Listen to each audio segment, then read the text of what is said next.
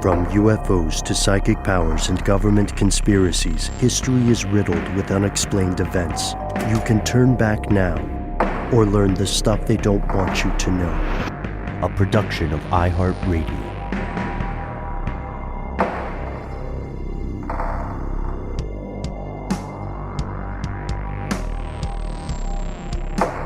Hello, welcome back to the show. My name is Matt. My name is Noel. They call me Ben. We're joined, as always, with our super producer, Paul Mission Control Decant. Most importantly, you are you. You are here. That makes this the stuff they don't want you to know. You know, thinking about this evening's exploration, gentlemen, we're kind of on a mission of preservation because we're talking about a story that might fall away from the headlines. It's no secret.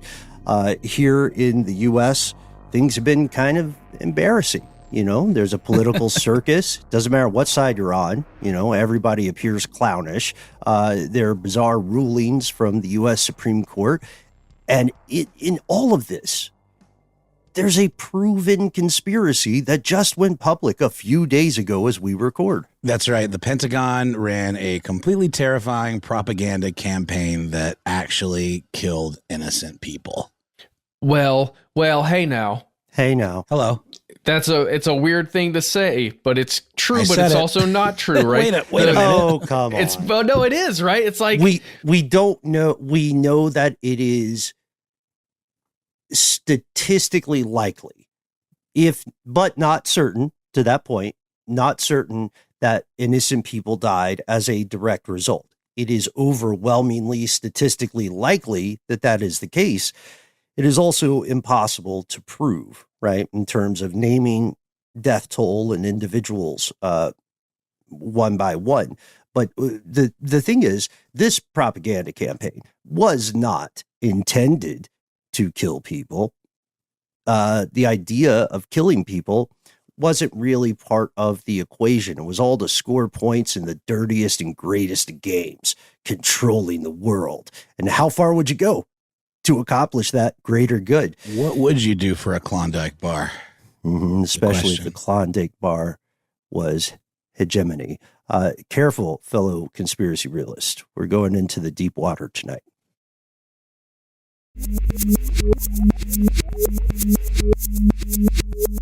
Here are the facts. All right.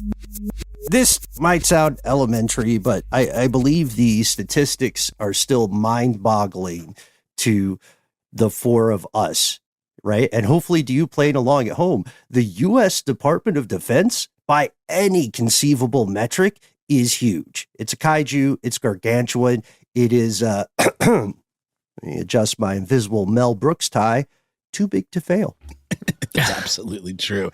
And I believe it was at one point had the dubious honorific of being the world's largest office building, which sounds like the dullest, accolade one could bestow. But even that's not true anymore because I think there's one in India now that's bigger. Yeah, the Surat Diamond Bourse took the prize in 2023. From 1943 up until last year, as we record, you're absolutely right. The Department of Defense was the world's largest office building. Is that one of the most boring Guinness World Records? I mean, I think I've made my case. Or at least drawn my line in the sand there. It is kind of weird. In most office buildings, the people inside are making money for a corporation. In the Pentagon, they are just spending it. That's a great point. But to the ultimate end, to your point, Ben, of that great Klondike bar in the sky, or, the argument, politically speaking, rhetorically, is they're protecting us. They're doing God's work in there, making sure that we, as American citizens, are safe from those who would do us harm. Every powerful group I have ever interacted with, at least in my experience, has always said or always maintained the world is chaotic and evil and dangerous, and the only way for it to be safer is for someone to be in charge. And surprise, the people who say that always picture themselves as the person in charge or the entity. So this place, we often hear news about the Pentagon. And when people are saying that, they're really talking about the Department of Defense. It's called metonymy. It's the same way, the reporters will say the White House when they're talking about a president. Or Xerox, just as a stand-in for photocopy. Right. Similar, yeah, like an eponymous, eponymous trademark. It's so stupid, cartoonishly big. It's like such an American idea, and I don't say that as an insult. It's a 7-story behemoth. It takes up more than 6.6 million square feet just of office space, just of people walking around, as you said, Matt, spending a lot of taxpayer money.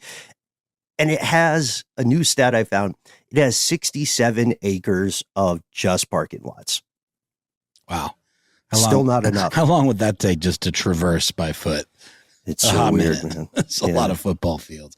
It's also just, I always find it interesting that the Pentagon is in fact shaped like a pentagon, and the idea that they're protecting us, the pentacle or the pentagram, is often lumped in with being like an image of satanic, demonic worship or whatever. But really in Wicca and various other belief systems, it is a protective sigil.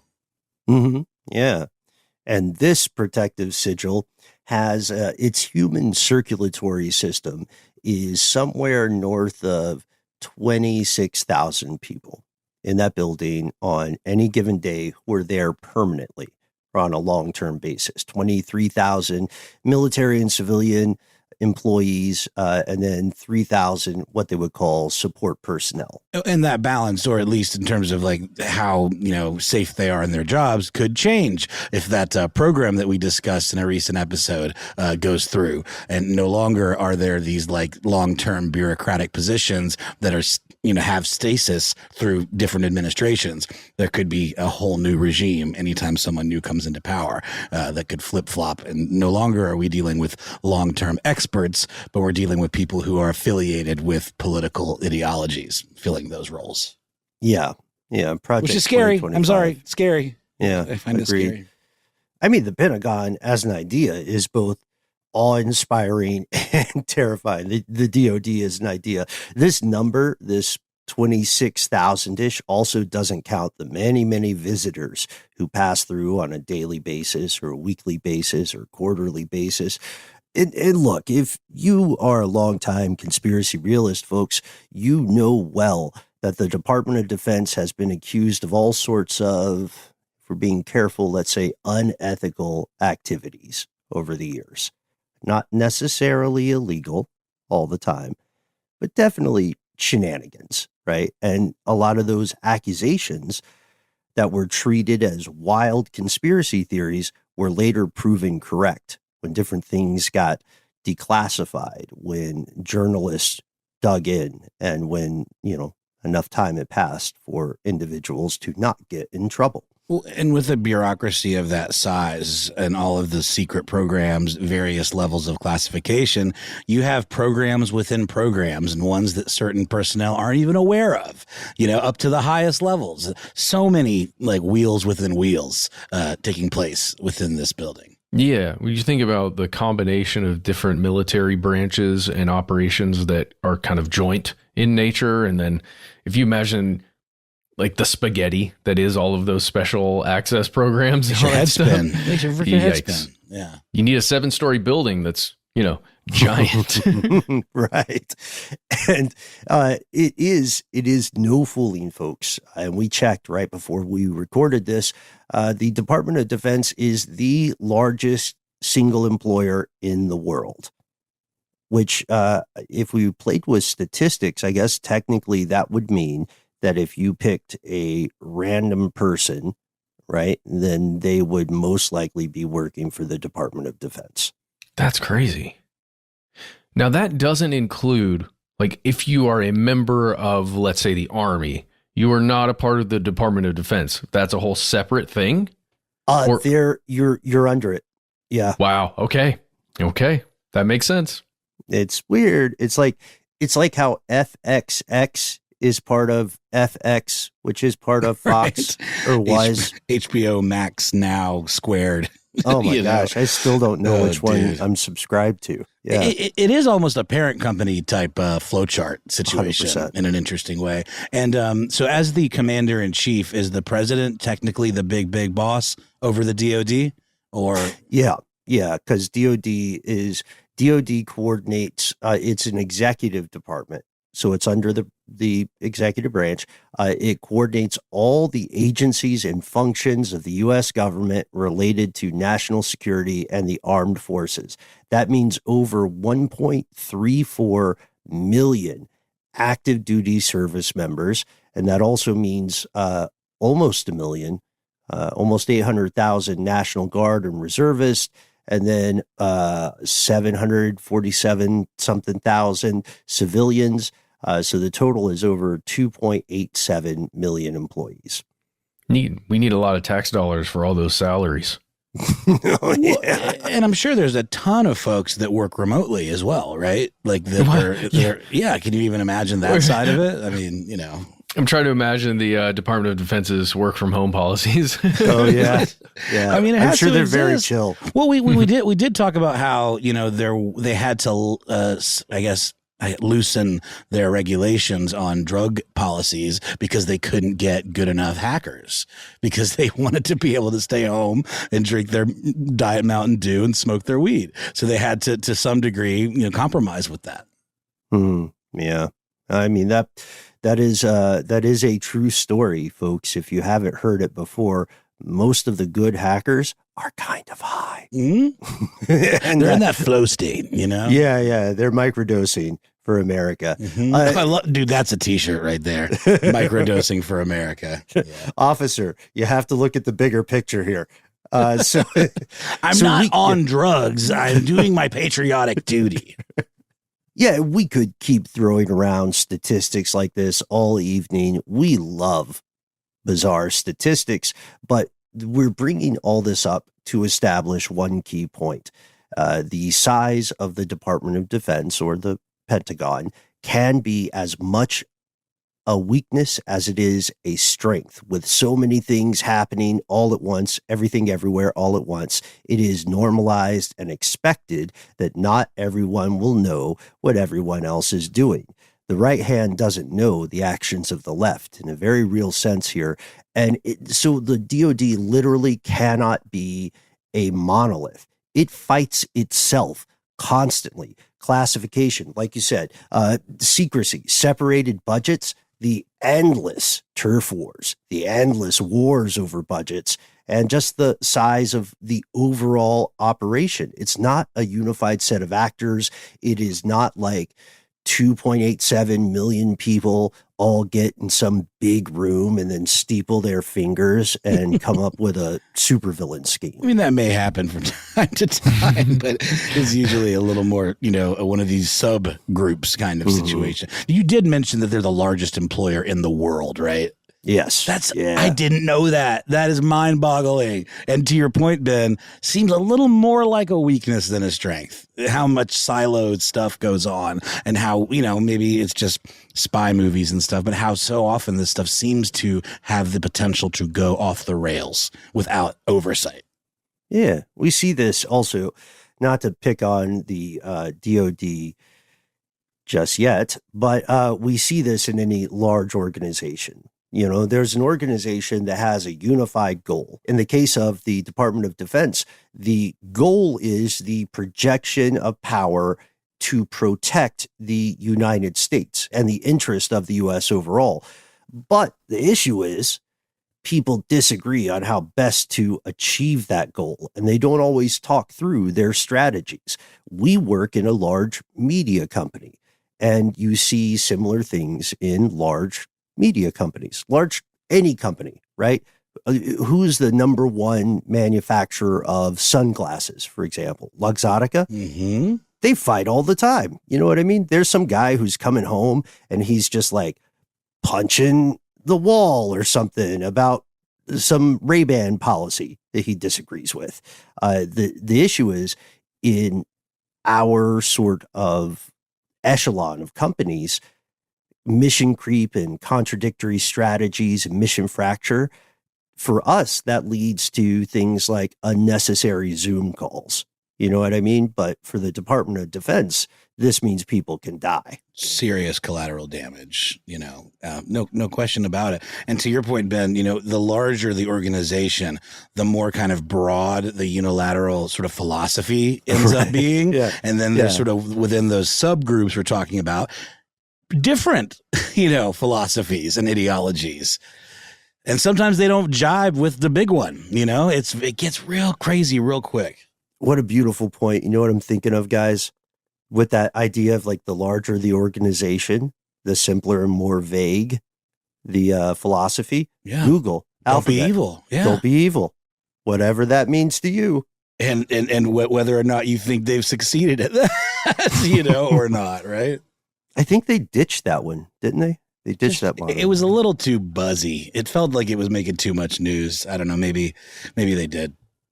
Well, there's a world of difference, as we said, between not being evil and being good. Oh, my goodness. Very good point. Yeah. Well, tonight, as we set this up, we want everybody to travel into the past with us. It's 2020. The COVID pandemic is still in full swing. Spoiler, it's still happening now. China and the United States are just as beefed up then as they are today, maybe even more so. Because in 2020, China is waging a heavy information war to deny the origin of COVID.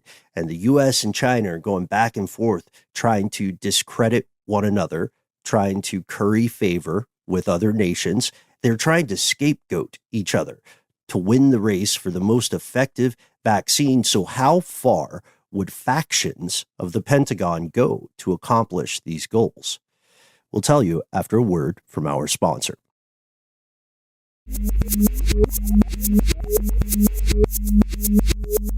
Here's where it gets crazy. They went far. They went pretty far. I'll be honest. They went much further than I thought they would go. Yeah. And this comes to us via Reuters, a very large investigation that they've been putting together for quite a while. Two journalists, Chris Bing and Joel Schechtman, Schechtman, they posted on June 14th of this year, just a bombshell that I think is rocking everybody. And they have been reaching out to the DOD, according to them. So it's not like they took them by surprise when they wrote it, or when they published it, at least. There were probably a lot of people in that Pentagon getting calls, and they're going, guys, they know about the thing. Which thing, though? The thing is thing one or thing two? What are we talking about? Thing four. I don't know. Thing 4.2. Oh, no. Yeah. They're read on to thing 4? Yes. Damn, we're screwed. Evacuate.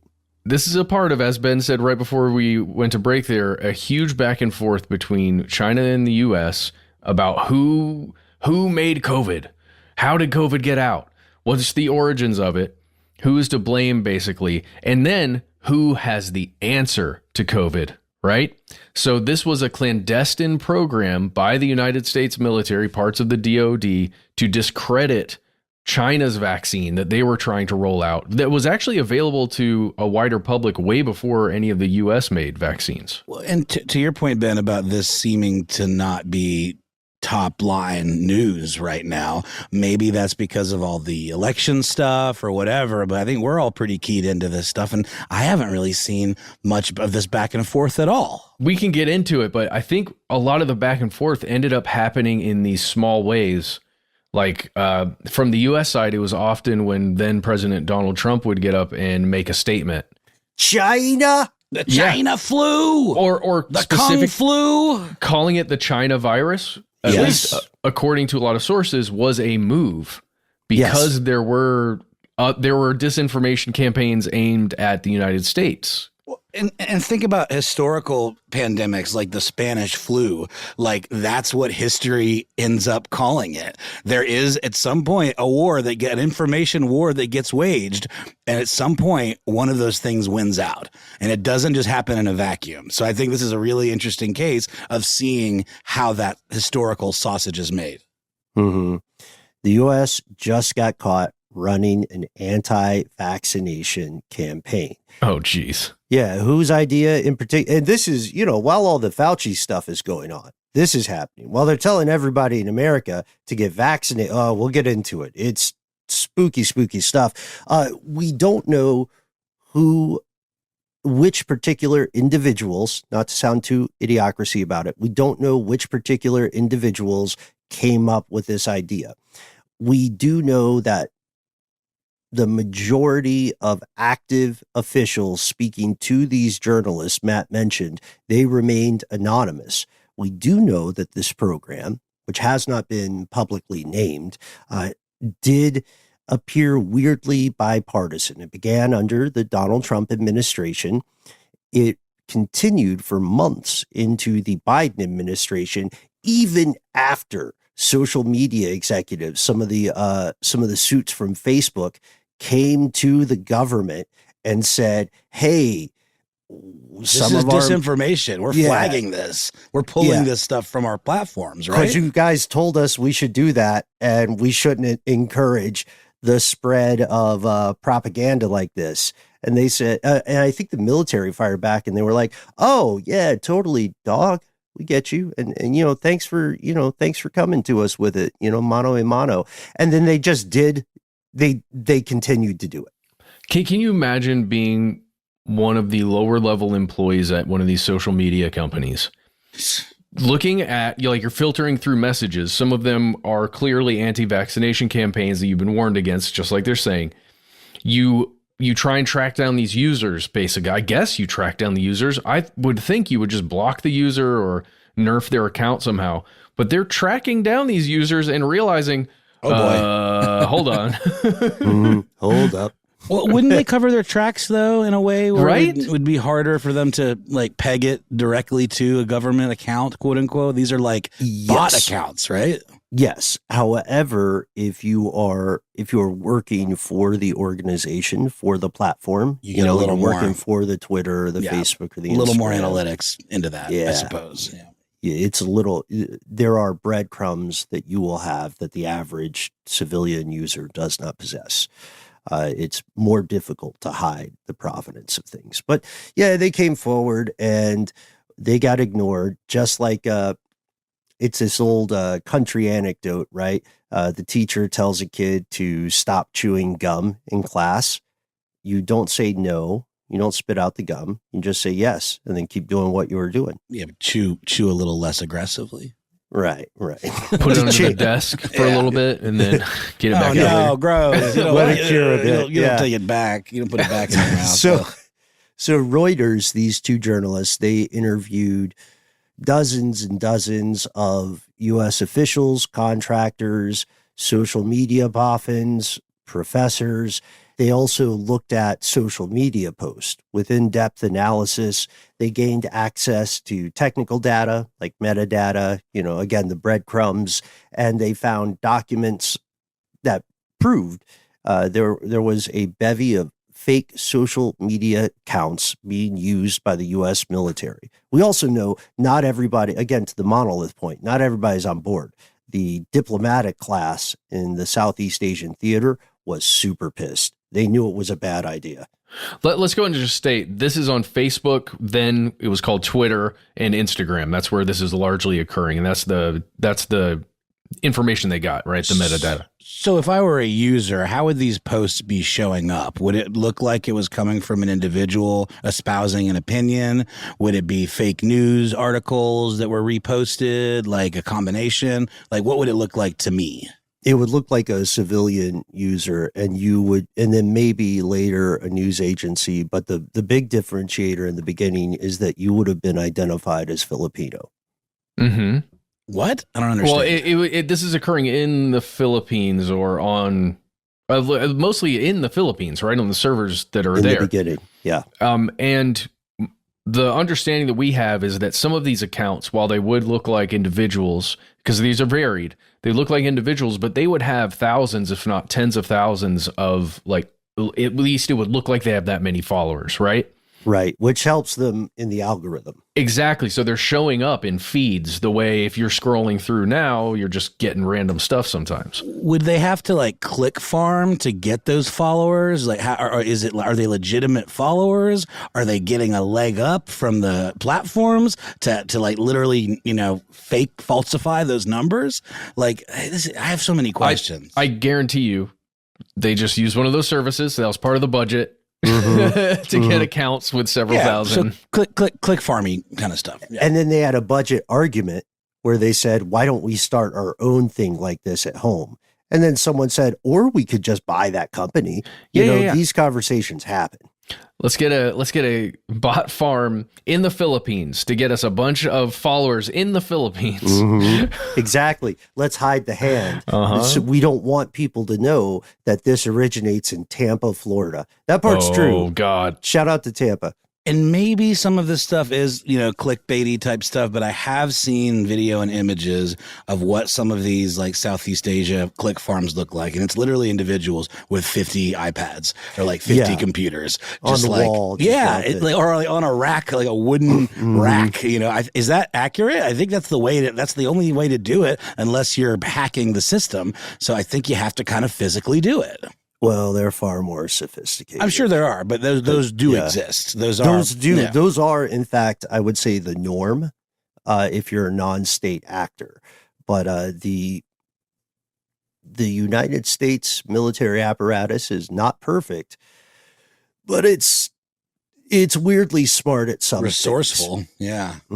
Yeah. And it's we do know that they did contract out. Despite wanting to keep their circle close, which is always obviously ideal, they partnered with a company we're going to talk a little bit about later. We mentioned it in Strange News, General Dynamics Information Technology, or GET IT to the cool kids. Get it, y'all. And once again, the more innocuous the name, the more nefarious the activities. It's just general dynamics, it's just general. What kind of dynamics? Just like the general just vibe. Overall dynamics, And Reuters also, these journalists did such an awesome job. I can't say enough good stuff about them. And I hope if you guys are hearing this, you're staying safe. Reuters got a lot of confirmation. And they got an official statement from the Pentagon, which doesn't always happen. They said, hey, what's going on with this? And the U.S. military, through the spokesperson, said, quote, Uncle Sam basically, quote, uses a variety of platforms, including social media, to counter those malign influence attacks aimed at the U.S., allies, or partners. So again, Department of Defense, we're doing this, but we're doing this in a protective capacity. Because the bad guys are like doing it, so therefore we got to get in the mud with the bad guys. I love that word, malign, because that is such a perspective. Like that is so clearly a signifier of an agenda, where it's like this is the bad information that we are countering. But if you really dig down, is it? You know what I mean? Or are we actually spreading misinformation that's just as dangerous? But it's not about protecting our reputation. You know what I mean? Look, man, there's no Department of Offense in here, okay? Yeah. This is not the war you're looking for. Yeah. Right. It's true. And there's also a little bit of like burned ex-lover energy in this statement from the Pentagon, because they had some tit for tat. The spokesperson also added that China is doing similar things. Well, them too. They said China is waging a, quote, disinformation campaign to falsely blame the United States for the spread of COVID-19. But like, it's almost irrelevant where it came from, and at a certain point, and it becomes more about what did you do about it? And I think a lot of this is covering the butts of officials who maybe didn't take it seriously enough, quickly enough, right? And then it's like about like pivoting the blame from that to, well, you guys put it out there in the first place and it was your fault. Therefore, anything that we did after the fact is irrelevant. It just seems to be a way of trying to control the narrative in a very disingenuous way. I would agree with disingenuous, or like an enforced, cherry-picked perspective, but they do have very valid points, because the fancy term for what's going on in this weird digital ping pong war is asymmetric information warfare. The street name for it is propaganda. The very first episode, Stuff They Don't Want You to Know, ever did. The end result of this, whatever you want to call it, is, again, the deaths of innocent people. We cannot prove it, but you'll see. Let's see. You know what? Let's see who agrees with us or disagrees at the close of this exploration. The thought is that these disinformation posts led individuals to not take the vaccine, which we'll get into. It's a very specific vaccine from China, which then led either them or their loved ones to contract COVID-19, which then led to their deaths. So just to spell it out there, it's not folks from the DoD killing people. It is them using this asymmetrical warfare you're talking about to eventually kill people. Yeah, it's mousetrappy. It's like Rube Goldberg-esque. That's why they weren't planning on killing people. Exactly. They just didn't really think they didn't think it through. It was an irrelevant thing. Or they didn't care because there was a bigger picture at play. Yeah, that's the point. Look, it's not as though they would click on a link and then a sniper drone popped them in the back of the head. It wasn't that direct. To your points there, Matt and Noel, particularly, it's about motivation. We mentioned that we talked about a little bit on Strange News. The United States has long considered, perhaps hypocritically, the Chinese government to be an expansionist power. And they think of China as an expansionist power because that is factually accurate. That is correct. But we also need the hell out of them for so many aspects of our economy and our infrastructure and our, supply chain and all of that. So it's always been this delicate dance, and a lot of these sort of snipey, spurned lover kind of vibes that you're talking about kind of have to happen underneath all of that, right? Well, yeah, and in the end, it's all about who does the world look to when there's a crisis? Who is the figure that's going to come in and give you the solution to the big problem that your country is having or your people are facing? Right. Who is trustworthy enough that previous grievances could be set aside for one moment, right, to solve a global problem together? That is a very powerful position to attain. And when throughout human history, when institutions attain that level of power, they don't hold it very long. There's a reason King of the Hill is a kid's game and an awesome cartoon. Yeah, but they will grasp it as hard as they possibly can until the moment their hand Cold, slips off of it. Ben, would you say a good example of that, like in history, would be America intervening, when the Nazis proved to be exactly as real and horrible as people thought, and then they jumped in and made a big show of we're coming in here to save the world. Up with the financial decisions of 1913, the actions of the United States and privilege of its geography are the two biggest origin points in the story of this country becoming the number one superpower for a time. But again, King of the Hill, there's always someone grasping, there's always someone pushing, right? And this is the larger context we're talking about. Uncle Sam, way before the pandemic, had been super beefed up about Chinese territorial claims in the South China Sea. If you look at the Chinese map of maritime borders and you look at the maps of any other country in the region, they don't agree at all. Every other country in the area is like, pump your brakes, guys. Yeah. And with that, we're going to take a quick break, hear a word from the sponsors, and we'll be right back.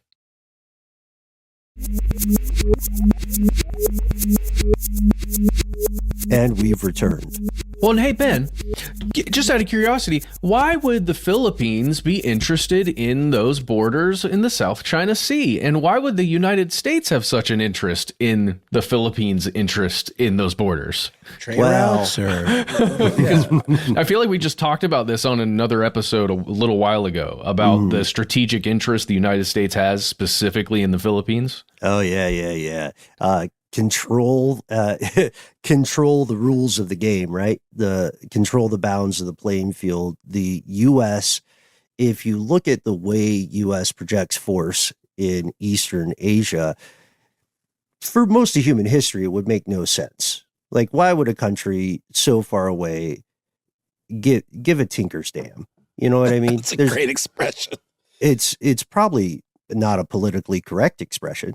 But it's very British, I would say. I guess something Churchill would have said.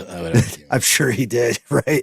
But there's a reason why it's we have these common tropes in English, like the price of tea in China means something irrelevant. But this is very much relevant because, to your point, Matt, the U.S.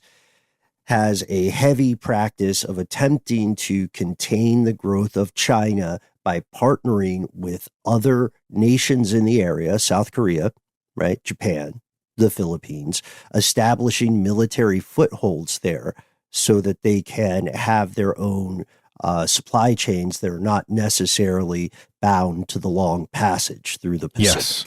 And large presences of lots of personnel, lots of equipment, several, actually dozens and dozens of bases.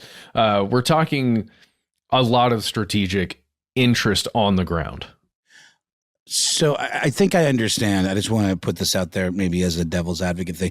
There was another sort of rhetorical kind of or campaign where it was like, we see you suffering. We've got your back. We're going to fast track this vaccine. We're going to make sure that the FDA allows this to go through so that we can get the most people, the most access as quickly as possible. And all of this is being spearheaded by Fauci.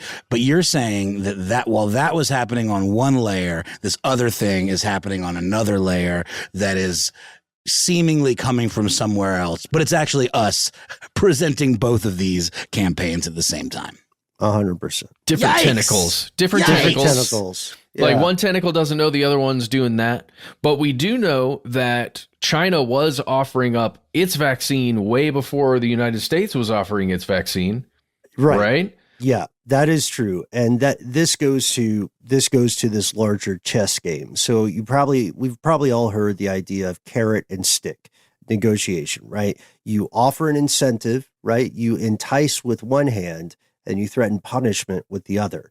And China is very big. Well, all states are very big on carrot and stick. Tariffs, methods. For example, would be sure the stick, right? And the U.S. actually has kind of a bad international reputation for leaning a little too hard on the stick. But these strategies, what we're saying is they have similarities in structure, and China essentially leveraged an opportunity, because when the pandemic hit, or when it went public in 2019, the U.S. enacted something called Operation Warp Speed. This was what we're talking about, right? Yeah, it's very much American first. So they said, no holds barred. Uncle Sam is panicking. The wallet is open. If you're a pharmaceutical company, just get stuff out there. And we are prioritizing not the world's largest populations, not the ones most endangered by a pandemic, but the American population first. And hey, pharmaceutical companies, if there are leftover vaccines, you can sell them for whatever price you wish to someone else. And so other countries, for a time, literally could not afford the proven vaccines made by the United States pharma companies. Which is true for other remedies as well. A lot of time, big time, right? But in this case, it was a global pandemic, and the U.S. was basically they were operating in some really bad PR areas and levels doing this kind of thing when their theoretically ideological rivals in China are doing the exact opposite. Oh no, we can be the ones that will give you vaccines. We just need you to help us a little bit. And the U.S. said, We might be the world's police, but we're not the world's doctors. So good luck. And China comes in, China swoops in. Let's keep going with the rom-com thing. China swoops in and says, hey, that guy, what your guy's doing, Philippines, he's just not cool. You're in a toxic relationship. Let me help you. They said to the Philippines, they said, look, we are just going to give you the vaccines. The Americans refuse to distribute. This is a new highlight in our bilateral relations. Let's put this South China Sea stuff to the side for 1 second, though it is ours, to be clear. Let's put it aside to 1 second. We'll revisit that after we address this global crisis. The United States could have done the same thing, very much. Operation Warp Speed did not have to play out the way it did, but instead of prioritizing or distributing vaccines to the Philippines at this time, Uncle Sam looked into his handy Star-Spangled Top Hat and pulled out a real nasty trick. What the folks at Reuters found was at least 300 accounts on Twitter that matched the descriptions they gleaned from former U.S. military officials familiar with the Philippines operation. So again, one weak point in this article, and it has to be this way. One weak point is that all of the officials speaking on record to confirm this, whether they're active or former, they're speaking on the condition of anonymity. But again, I kind of always assume that when someone's speaking anonymously, that they've been given a green light somewhere in the chain. Oh, you right? think so? I don't usually think that, which is very interesting that you say that. I mean, I usually think that it sometimes makes me suspicious of what they're saying, but I usually do think that they are covering their butt and that they are speaking out of school because they have a moral, a feeling of a moral obligation. But maybe I'm being naive. I don't know. Well, I don't know if you're being naive. I think that's one way to look at it. And another way to look at it is I feel very similarly, Ben, where it's like, it's a PR move. This is a special secret program and not that many people knew about it. And if somebody's speaking, it'd be easy to identify them. Right. Mm-hmm. That's the thing. It's a limited number of operators. It's kind of like when we see those hilarious laws coming out of Russia that say any Russian president, whomever that might be, this is just any Russian president in general, could run for like 6 consecutive terms if they wanted to. Just again, general dynamics. Any of them. Well, so the majority of those bot accounts that we're talking about were created and deployed in the summer of 2020 and often featured a hashtag China Ong virus.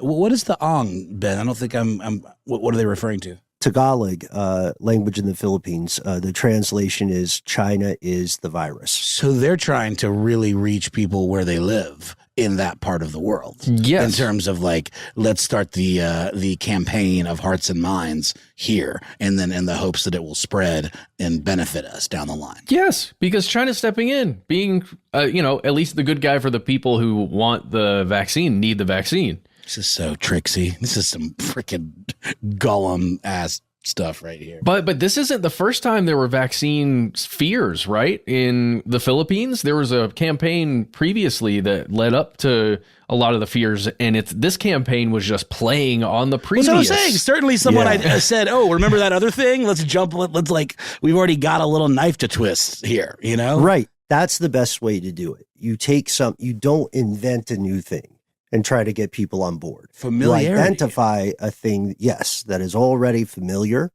And if it's not, if it's something people don't fully believe in, but they're familiar with it, then you have a much higher success rate as you simply radicalize those beliefs or extend them, right? Weaponize them. So gross. It's so Edward. It's so marketing. All of this stuff. That's why I think it's so interesting that one of our earliest podcast episodes was about Edward Bernays, because he took this kind of stuff and did it in the service of something sort of frivolous, like selling stuff. But it's a perfect look into this weaponization of psychology. Mm-hmm. Yeah. He went from getting women to smoke and inventing bacon for breakfast to overthrowing Guatemala. He's got quite a career trajectory, and I can't help but admire him. There's one thing we can't miss before we move on. You're absolutely right, Noel. The majority of these bot accounts in this as of yet unnamed operation were created and deployed in summer of 2020, yet some of these accounts were active for more than 5 years. They were like more dormant, than 5 years like old. ready to be deployed, like sleeper accounts almost. Yup. And they were playing on everybody's fears, man. Did we already talk about the pork thing? Now, yeah, that's what we should talk about now. They amplified concerns in the Islamic demographic of the Philippines. Yeah. And it wasn't just aimed at the Philippines either. It was aimed at several other countries outside of Southeast Asia, specifically harping on that point, that allegedly the vaccines from China contained pork gelatin, which would mean you cannot take these vaccines at all if you are Muslim. They are haram. Yeah. Here, there are plenty of examples. Yeah, it started in the Philippines. Well, it started in Tampa, Florida. Yeah. I guess it started in Pentagon. It started in Tampa, Florida. And then it went to the Philippines and later expanded through Eurasia and the Middle East, targeting largely Muslim populations, leveraging the already pre-existing distrust amid the Muslims of the world for the Chinese government. The Uyghurs, right? Due to their treatment of the Uyghurs. Absolutely abominable treatment. But pretty much any country that was going to accept China's aid, basically, China's help in this major global catastrophe. Yeah, and here's an example. You can see a lot of these translated tweets in Scientific American and Reuters, but when they expanded to Eurasia, they were targeting Russian-speaking Muslims or countries with Russian-speaking Muslims. And you'll scroll down. It's like a cool little infographic that's disturbing. It shows someone who is a Chinese official handing out syringes to mainly women, right, wearing hijab. And then he's standing next to, or this official is standing next to a curtain, a barrier, like a theater curtain. And behind that curtain, there's a bunch of very sick-looking swine with a bunch of syringes stuck in them. The translation from Russia is, can China be trusted if it tries to hide that its vaccine contains pork gelatin and distributes it in Central Asia and other Muslim countries where many people consider such a drug haram? Just like a political cartoon, like a really aggressive political cartoon, like the ones that made people realize Boss Tweed was a bad guy because they just simplify visual, boom. It is smart, diabolical, guys. It's very close to South Park animation style. Yeah. I haven't even seen call. it, but the way you're describing it, that's what it makes me think of. Yeah. It's, again, one of the easiest ways to hack communication and conversation with people is not necessarily to give them a caption. It's to show them an image because different parts of the brain process it. This is the real Sith Lord stuff we're telling you, folks. Yeah. But well, and that image, I would argue, doesn't need a caption. If you look at that image, you are going to understand what it's trying to say. Well, that's the point of infographics like that, is so that it's for maximum intelligibility, no matter what language you speak, Mm-hmm. And this campaign was, as we said, it found fertile soil in the minds of many Muslim Filipinos and then people in the Filipino diaspora as well. And it was built on the back of the ghoulish accusations surrounding the treatment of the Uyghurs. The campaign appears to have been successful because originally Filipinos were largely unwilling to trust China's vaccine, Sinovac.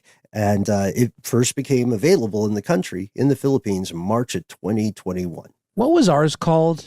Do you guys even remember? Was there There was a pithy name? J&J, there was Moderna. Yeah, but those were the companies that didn't have a clever name like Sinovac. Or was Sinovac the Chinese pharmaceutical company? Like the actual vaccine didn't have some clever name. I don't know. I think Sinovac it must be the pharmaceutical company out of China. Maybe they just needed a snappier name for the American versions. You know what I mean? Because I don't think they associated a name with it. It was just, there was the Moderna one. They always just named it based on the company that was putting it out. Take your shot at freedom. Yeah. Freedom There shots. you go.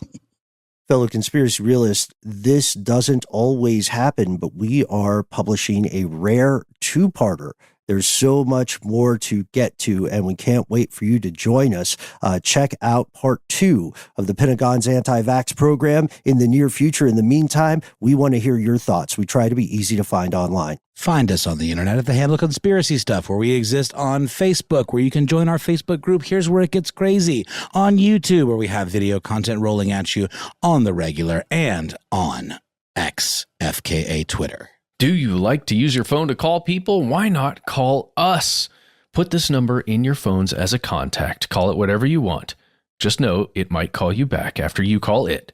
1-833-STDWYTK. When you call in, give yourself a cool nickname and, let us know if we can use your name and message on the air. If you got more to say than can fit in that 3 minutes, maybe you've got attachments, maybe links, why not send us a good old-fashioned email? We are The things out there in the dark that read every email we receive. We can't wait for you to join us, and be well aware, folks. Sometimes the Void writes back. In fact, the Void's writing to several of you this evening. Conspiracy@iHeartRadio.com.